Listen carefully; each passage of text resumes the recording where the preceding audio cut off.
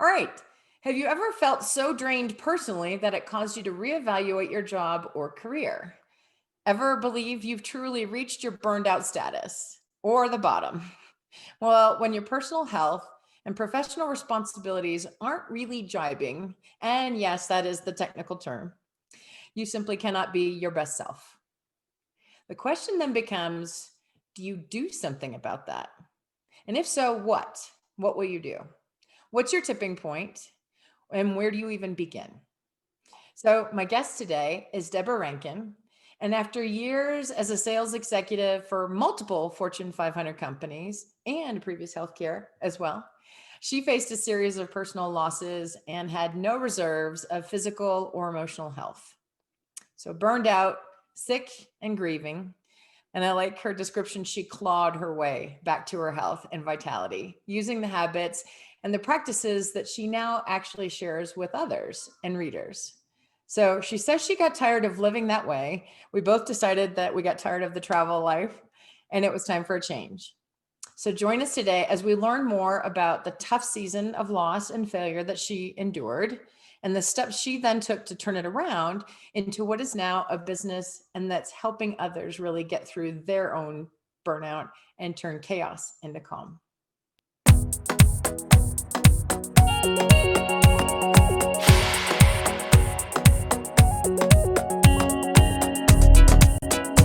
So welcome back. Deborah Rankin is with me today, and she's a registered dietitian with additional experience in healthcare and a master's degree in the biomedical field. She loves science and the data side of things and is even a self-admitted super geeky researcher.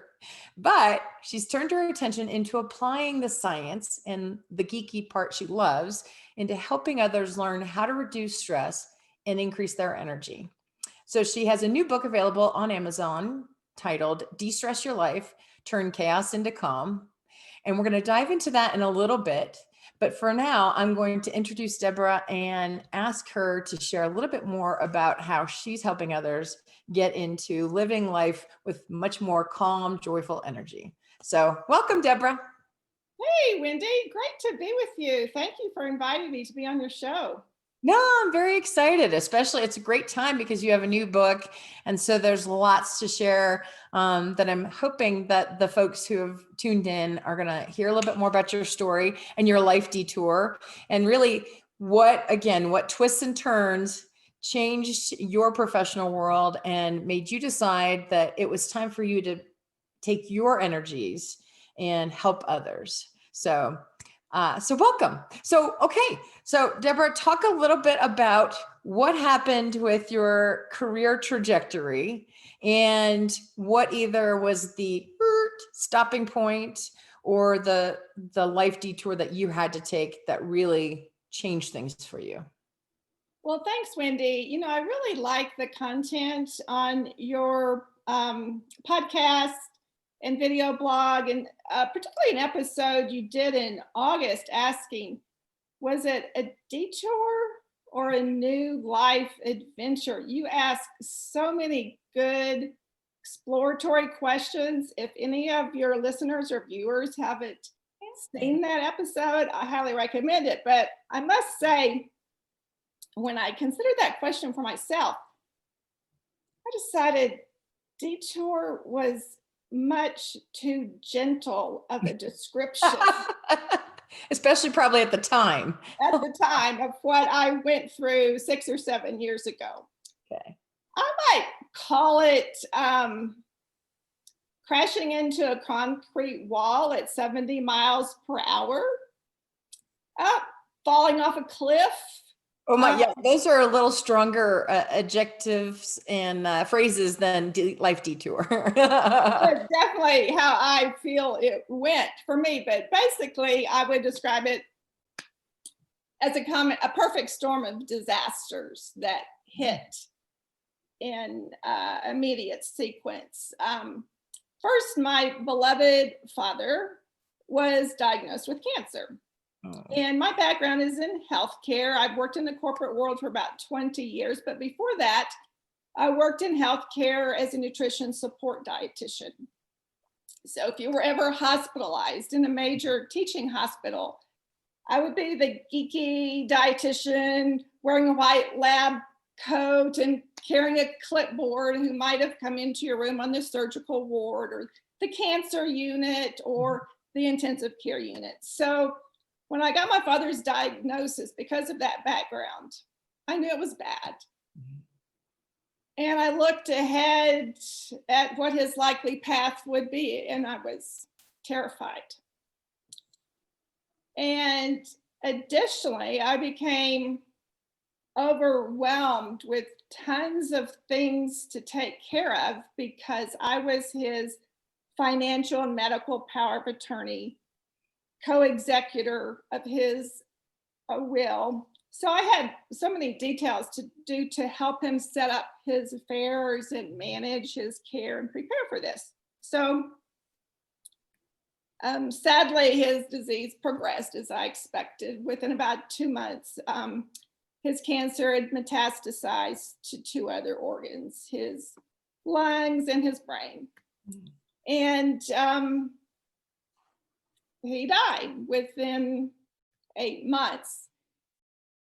Couple of months before his passing, the company I worked for announced that it was merging with a competitor. I've been through several other corporate mergers and I knew what it meant. As a middle management sales leader, operational efficiencies would be achieved by cutting the ranks of people like me.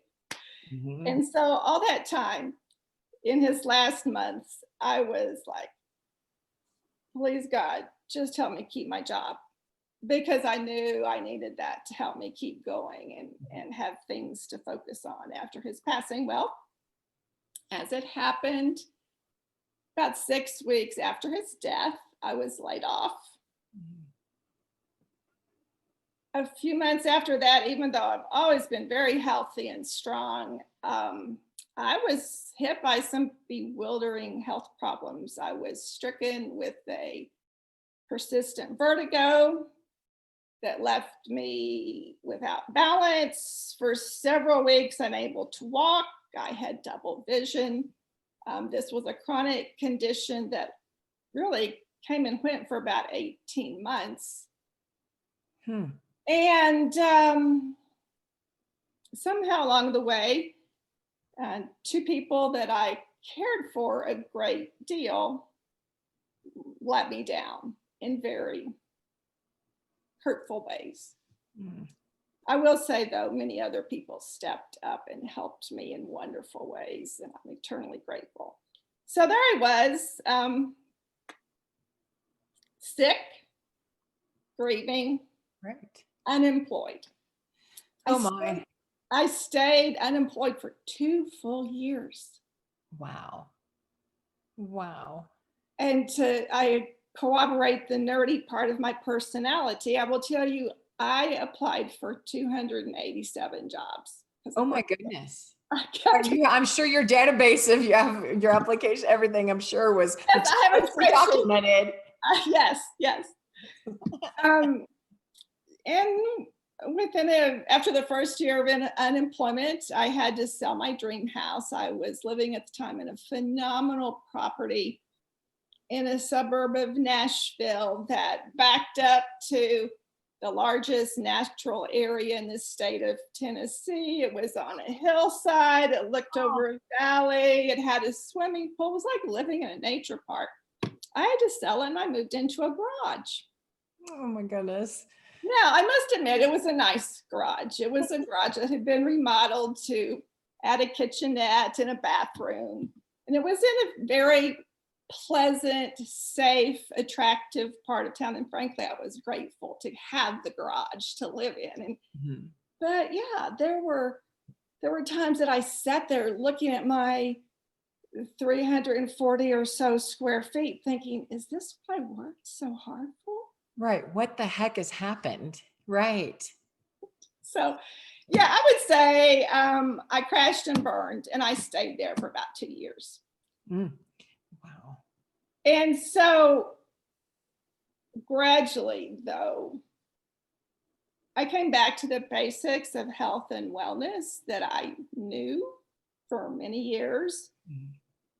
I had taught to other people many times, but somehow during those years of frenetic activity and constant travel in this corporate world, I got away from it. So I had to reestablish rituals of health. And yes, I did gradually return to health. I did recover. I can now ride a bicycle and rollerblade and kayak. Yes. And I returned to work and I had several good jobs. And then I decided to leave the corporate world to write the book, which was great. So I'm I'm grateful for the experience. Yes, now I would say it was a life adventure, but no, at the time it was crashing and burning big time. Yeah. I can only imagine sitting in, again, your new home, very different than the one you just got out of, but actually wonderful that you had, that you were thinking and acting smart and making decisions to make sure that, you didn't get yourself in a more dangerous situation. So, so all that tells me a lot about, again, how you've planned and then how you tackled things once it really started to hit. So I'm sure mentally it took, it's not like you could just snap your fingers, right? So even those 2 years, I'm sure you went through 7,000 different emotions. And was it all up and down, up and down, up and down, or was it a little bit like up, down, uh? I would go back to the falling off a cliff analogy. I think it was down, Okay. down, down, That's right. Down, down, down, down, down. right down.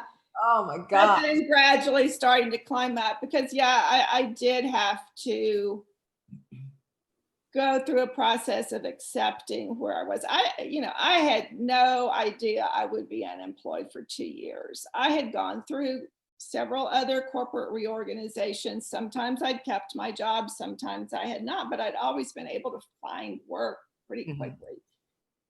I had never been through anything like this. So it took me a while to accept where I was. And I stayed down for a while, but I gradually started to climb back up. What do you think, was there either aha moment that you felt was a real turning point for you, or was it just little by little you started to really regain your perspective and the direction you wanted to go? I think the aha moment that helped me then find new work was to realize that even in this horrible situation, I had choices Hmm. and accept that responsibility. Because I look back and I realized I'd forgotten because of all the brouhaha around my father's illness. I realized that when we went into the corporate reorg, you fill out the little interest sheets and you say, you're willing to go here, you're willing to go there, you're willing to do this. And I was asked if I would be willing to go to the corporate office. And I said no, because I didn't want to, Right. because it wasn't a place I wanted to go. And furthermore, with my father's illness, I didn't want to do that. Right. And then so I looked back and thought, well, it might have come out differently if I had made a different choice, but that was not a choice I wanted to make. Hmm. That was the aha moment. It was like, wow, I did have some Yeah. influence in this situation. So it helped me accept where I was. And then I think it helped me to pursue a new position with a more positive, less of a victimized Hmm. mindset. And And I, then furthermore, I think I had to regain my health and my emotional well-being because, two really bad stories. I remember an interview that I went into while the vertigo was still really bad, and I was walking into the interview room. I was just thinking, don't fall down. oh my goodness. Don't fall down. But then there was there was another informational interview I went on where it wasn't a position, but just a conversation with a person of influence. And just to talk about my situation, I started telling him about it. And when I got to the part about my father's illness and death, I started crying. Oh. You know, your position for employment is not great when you still need to cry about something, you know. Right. Trying to tell the prospective employer that you're emotionally stable is compromised a bit when you break out into tears. Yeah. Yeah, so some of it was just you know, a matter of time. Some of it I just had to work through and allow recovery and healing. And then some of it was my saying that I had some choices along the way. Mm-hmm. Actually, I think that's a key piece that you and I didn't talk about even before the interview today, but the perspective of being a victim versus being a part of the choices that you make, and or being a result that you actually did have a voice or a role somewhere in And there.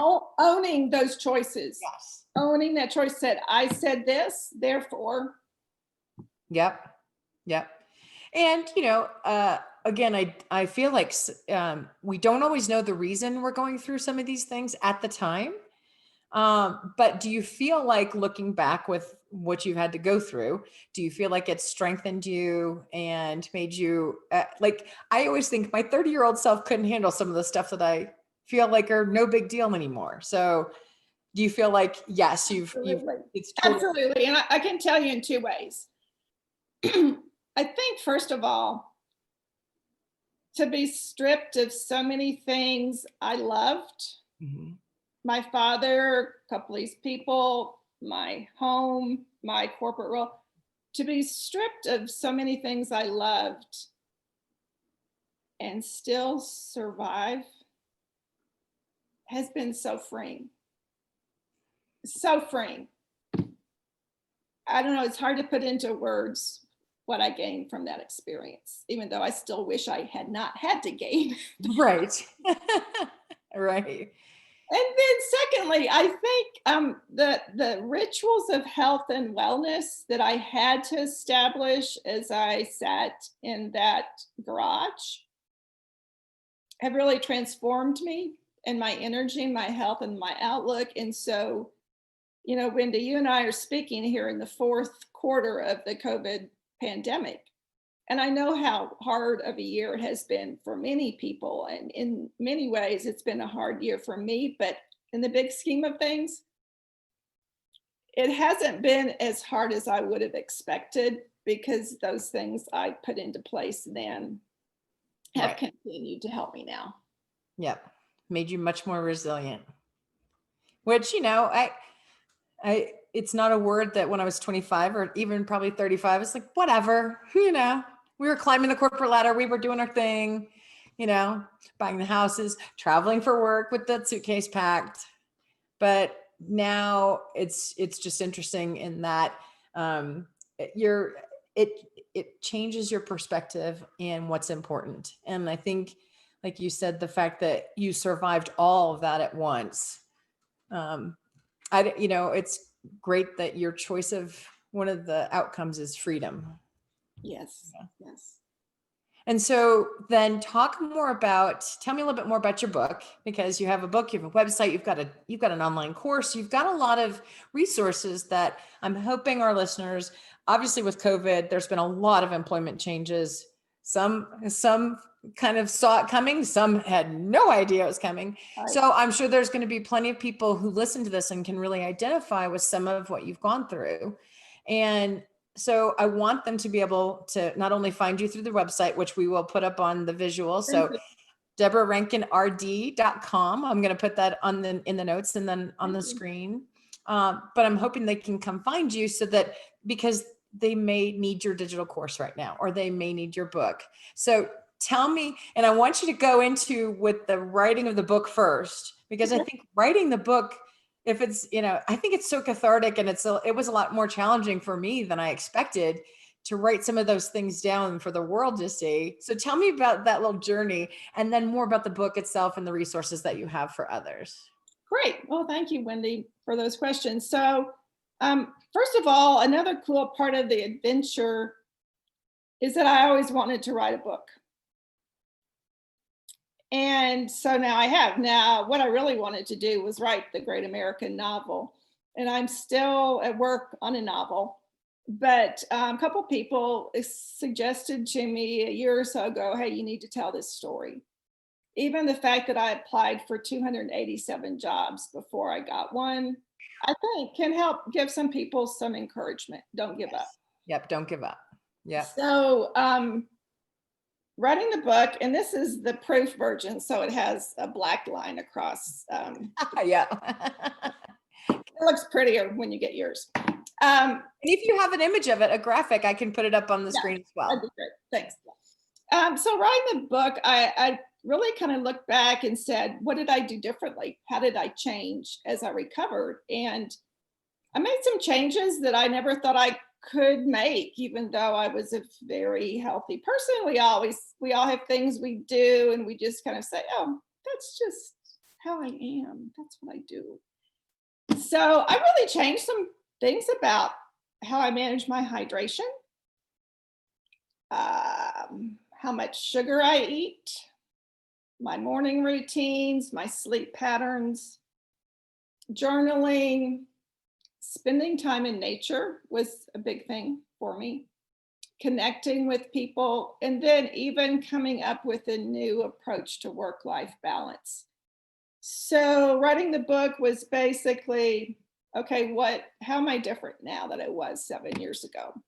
And that's what I tried to share with the readers. And so the format of the book, I have 10 anchors of healthful living and stress relief. Okay. And so 10 chapters, each devoted to one anchor. And within each chapter, it follows a standard format. First, the evidence of why this behavior is important for your health. So yes, I'm still the nerdy medical person, so I have to go into that. But it's a short section, not too much. And you don't have to read the references. Then practical ideas for how to put this into place, because that's what really makes the difference, where the rubber meets the road. And because I am a health coach and a healthcare professional, I'm very practical. Mm-hmm. And my basic approach is avoid the big step syndrome. Mm. The big step syndrome is what most of us do when we want to make a change. We're going to do this cleanse or start this massive exercise program or whatever. You know what? I'm impressed by people who can do the big steps, but most of the time the big steps don't last because they actually add stress to your life and drain. And they drain your energy. Yeah. And everybody out there already has enough to do. You don't need to complicate your life with the big step. You need to simplify your life with little steps. So this is about little steps, because that's what works long term. Yeah. The third section in each chapter is an essay from someone else who has struggled with this particular challenge and how they overcame it. And I'm so indebted to my friends who stepped up and shared their stuff and wrote some very personal essays and inspiring essays.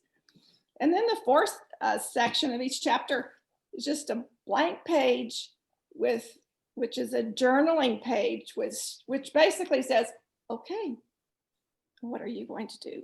Yep. What are you going to do with this information now? Yep. Because it's wonderful. We listen to podcasts and we, read this book and we do this, and this, and then we set it down and we forget it. And it's the putting it into practice, which is what makes the difference. So, yes. And that's the harder part, right? Facing where is your current situation. Some of the things you might not like about your current situation, but then acting on it. And I think your focus on small steps is really key as well, because I think people need little bits at a time. Like you said, they're already too busy, right? They're juggling a lot of newness in this year that nobody saw coming. And we don't see the end of this coming anytime soon, right? We're going to keep changing a lot for a while. So, giving someone those little nuggets of just do a little bit of time, get this going, I think people then also get some confidence, and then they get immediate feedback, or oh, I'm missing a word here, but it's something reinforcing, something that reinforces this is what I need to be doing. And then you can kind of pick up your stride a little bit more and go through a little bit faster. But the confidence is key, to just learn to celebrate if you make one small change. It's huge. Yep, it's And huge. I definitely believe that. And I definitely encourage people just to celebrate small change. Yep. If you don't exercise and you start walking for 10 minutes a day, Yeah. Yep. your health will improve. Yep. That little. Your health will improve. Yep.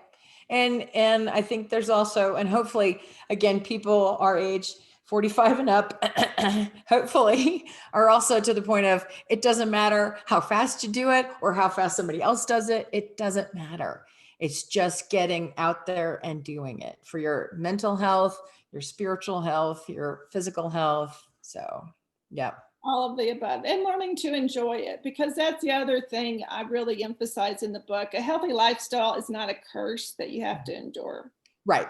A healthy lifestyle is a wellspring of energy and calmness and joy. Joy. Absolutely.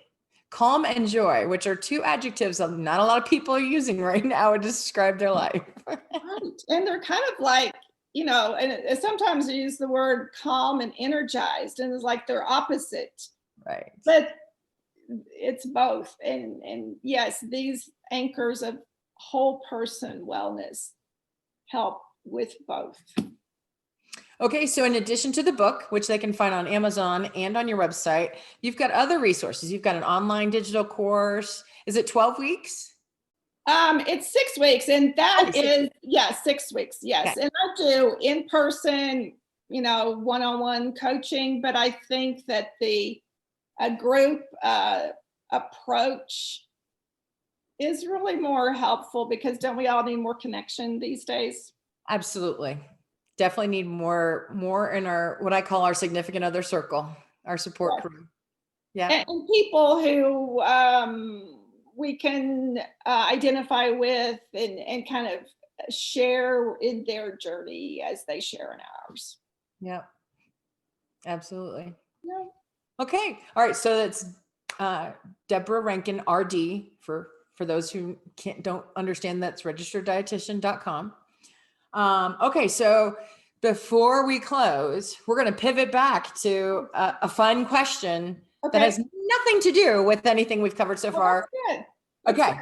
Because I think we grew up in a really unique time with television and 70s and the 80s, and even you could even go into the 90s if you wanted to, but take me back, and what's either one television show or movie, like Star Wars was such a big thing when that came out to me, but what's something from our 80s culture reference that was significant to you growing up?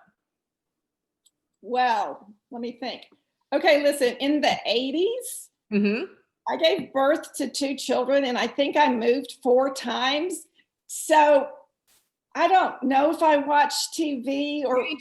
No, there was no television for you in the 80s. Maybe not even the 90s. I don't remember it. So I'm going to have to go like to the 70s. So, okay, you can go 70s. Yeah. I've got to mention the TV show Dallas.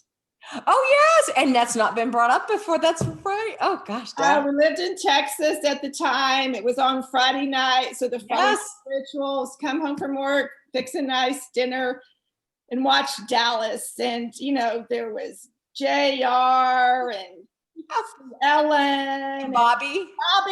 Yes. What was Bobby's wife's name? I can't think of her name. Is that Pam? Or was that? Okay. Pam and Bobby. And then there was Miss Ellie. Yes. And anyway, I forget what the father's name was. Anyway, we named our dog Ellie. Oh, after Miss Ellie. Oh, That's awesome. So I love Dallas. And then another show we watched a lot then, it was on PBS. It was produced by Maryland Public Television. It was a financial show called Wall Street Week with Louis Rukeyser. It was a great show, and it interviewed analyst and talked about finances and stocks and investments. And, I was quite young then, probably mid to late 20s, I would guess, maybe early 20s. I know some of your work, Wendy, has to do with financial independence. Yeah. And, I have to say that watching that show at such an early age helped set up some values and some practices as far as saving and investing that have helped me down the road. So, no, that's actually really great to hear, because I think I hope I'm wrong, but I believe some of the generation coming up behind us haven't had the opportunities to understand investing and diversifying their portfolio the way. And believe me, I am the last person. I was in my 20s. I'm like, yeah, whatever, dad, I'm going to put money in the 401k. Yeah. And thank goodness my parents at least, instilled enough of that savings mindset to at least afford me some opportunities later. So yeah, I'm very grateful that we had those type of influences. Me too. So. Well, very good. Well, nobody's brought up Dallas yet, so that's great. I was not living in Texas at the time, but I lived in Dallas after that. And yep, I know where the South Fork Ranch is. And yes, it was so pivotal, the culture. I mean, yes, the Who Shot JR episode, like the whole country. Oh, you shut down. I know. Yep. It was a big thing. Yeah. It was big. Well, thank you so much for joining me today. I'm really hoping that our listeners come and check out your website, your resources, the book on Amazon. Again, there's a lot of people going through really tough challenges mentally, emotionally. So I'm hoping they come check out your work. And I hope they not only come back for more episodes, but I hope they also check out the website DestinationU.net. And I have more resources, and I'll have Deborah's information on my site as well. So if you have trouble or you didn't write down the website because you're driving somewhere, you can link to her from mine. And I just hope that these stories are continuing to inspire others that they can do it too. Put your big girl pants on, figure it out, take those small steps, and utilize these resources like the book that Deborah has, and just get out there and start making sure that the path that they've navigated on so far is that they're turning in a way that they're opening up the best next chapter for them. So. Yes. And that reminds me of one more quote, if I can close with it. Yes. I didn't even use it in the book, but it's really powerful for me. I think it's something like, the bend in the road is not the end of the road unless you fail to make the turn. Oh, very good. I like that quote. Very good. I think it's from Anonymous, so it's not my quote. I didn't say it first. That's all right. We'll take it. Yep. All right. Thanks so much, Deborah. I really appreciate you joining us today. It was fun. Thank you for the opportunity. It was great. All right. And thanks everyone for joining.